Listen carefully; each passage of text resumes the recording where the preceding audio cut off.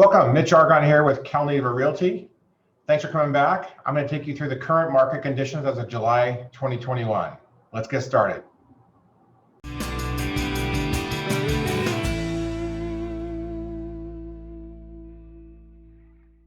Okay, Greater Reno Tahoe real estate market for July 2021. Here we go. As you can see, June 2021 median price, which is our most recent full month on record, was a big month, big numbers. Reno, Sparks, Carson Valley, Dayton, and Fernley all had new median price highs. That's pretty significant. On the right side of this chart, you can see also that the average rise in median price over the last 6 months, which is a truer indication of the market, is over and through here. So we're running right now throughout these markets in the low of 16% to a high of, what is that, 27% in the Carson Valley on an annualized basis. So very significant price increases. We don't expect this is going to continue. We are beginning to see a little bit of softening in the market now, and we'll talk about that in just a little bit. But for now, very, very active price appreciation. Okay, if we look at median price and homes sold and month supply of inventory, we've already talked about the median price. Over here in this column here under homes sold, what you can see is a significant gain in homes sold in June of 2021 over June of 2020.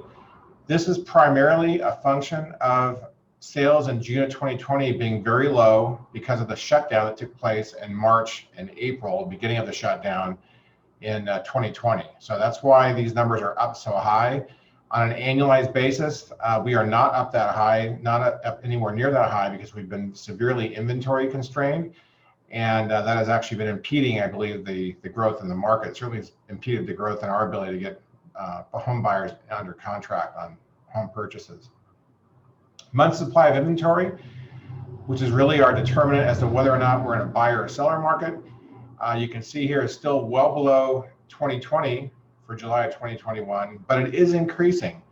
This number for Reno, I believe, was 0.3 about 2 or 3 months ago. So it's going up. These numbers are going up about 1/10 to 2/10 each month. And that is a welcome sign. What that means is that the market is actually going to have a little more inventory and be able to function in a little more balanced way, even though we're severely still in a seller's market than what we've had probably over the last 6 months. Quick recap in closing. As I mentioned, median price highs, as I showed you, kind of a view from the street.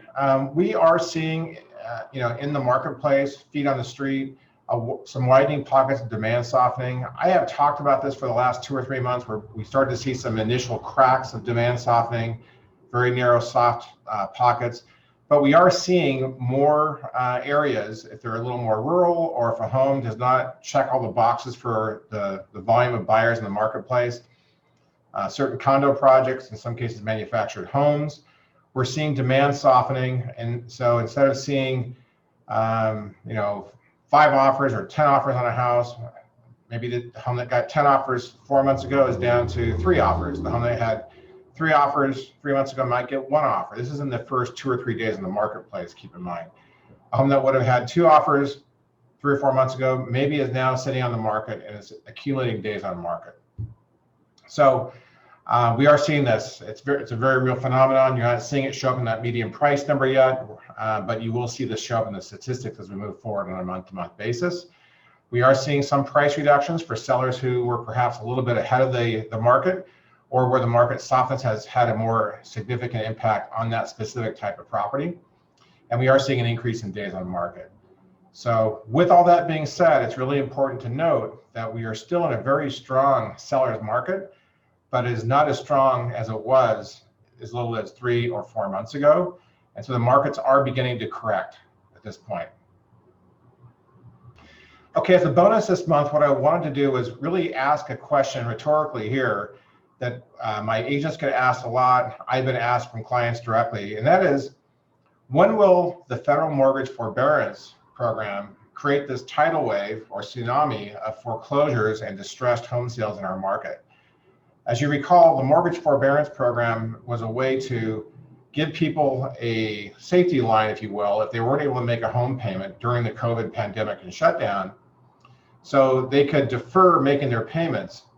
When those deferrals were over, they had to renegotiate with their lender and either pay everything current, add it to the back of their loan, or make some provision to repay those dollars that they weren't paying during the pandemic. So what does this look like in terms of what we should expect when people are beginning to have to make these payments when they have to face the music? That's the question we want to answer right now. So I put together a summary analysis. I'm only going to go through one row on this table that you see here. But this assumes, in this scenario, that the buyer who purchased a home that would have the worst situation would have bought the home immediately at or just after the pandemic shutdown in March of 2020. So I'm using March of 2020 as the baseline for when somebody would be in the worst possible situation to buy a home and then find out that they had lost their job, they lost their business, and they weren't able to make the payments, therefore were in the mortgage forbearance program.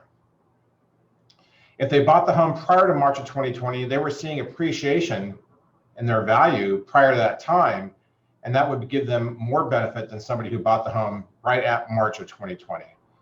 So I'm also assuming here in this analysis that the buyer put zero money down, which in most cases will be a VA loan.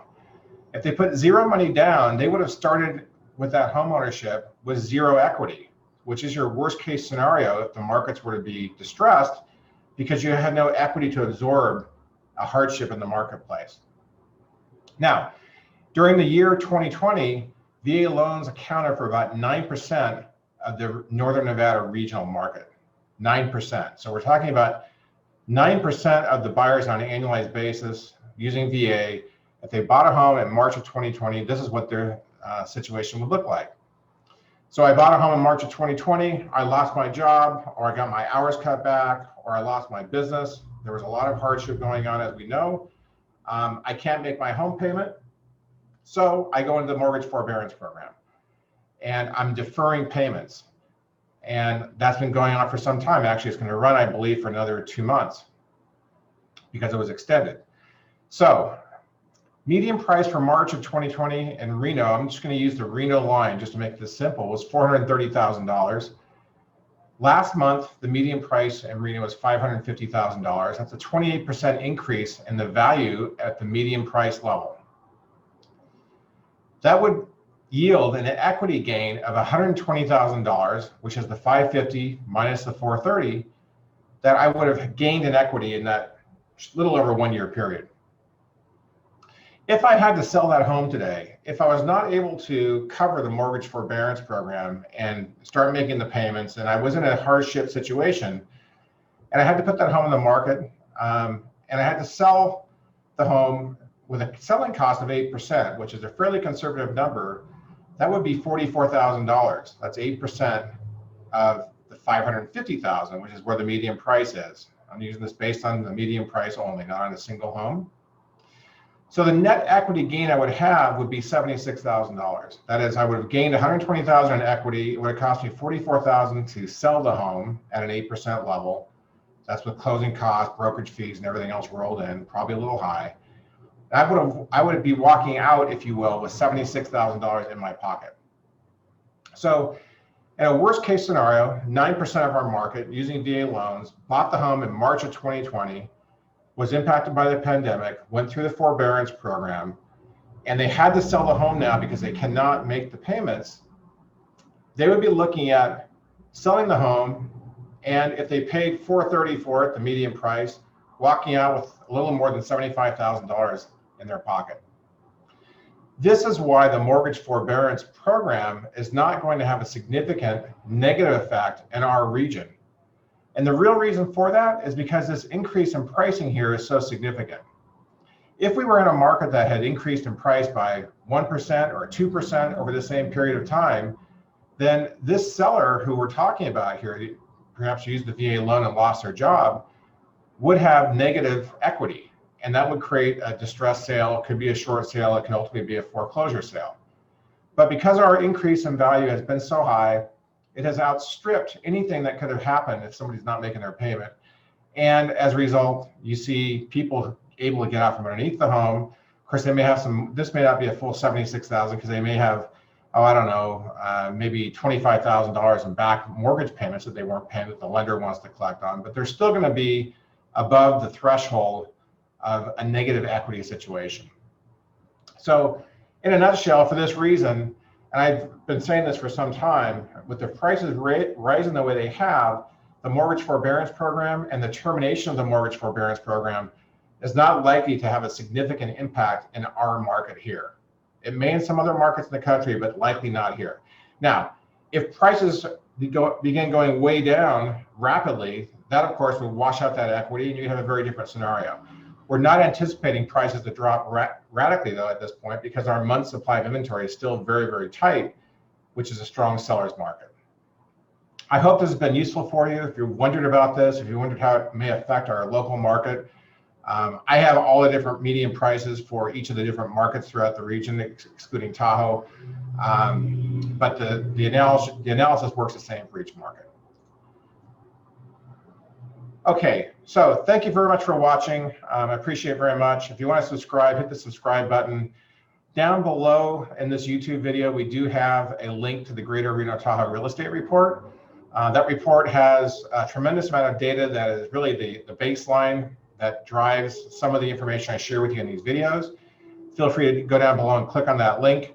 And if you want charts and numbers, that is a terrific source for you for your investment decisions or just looking at the market.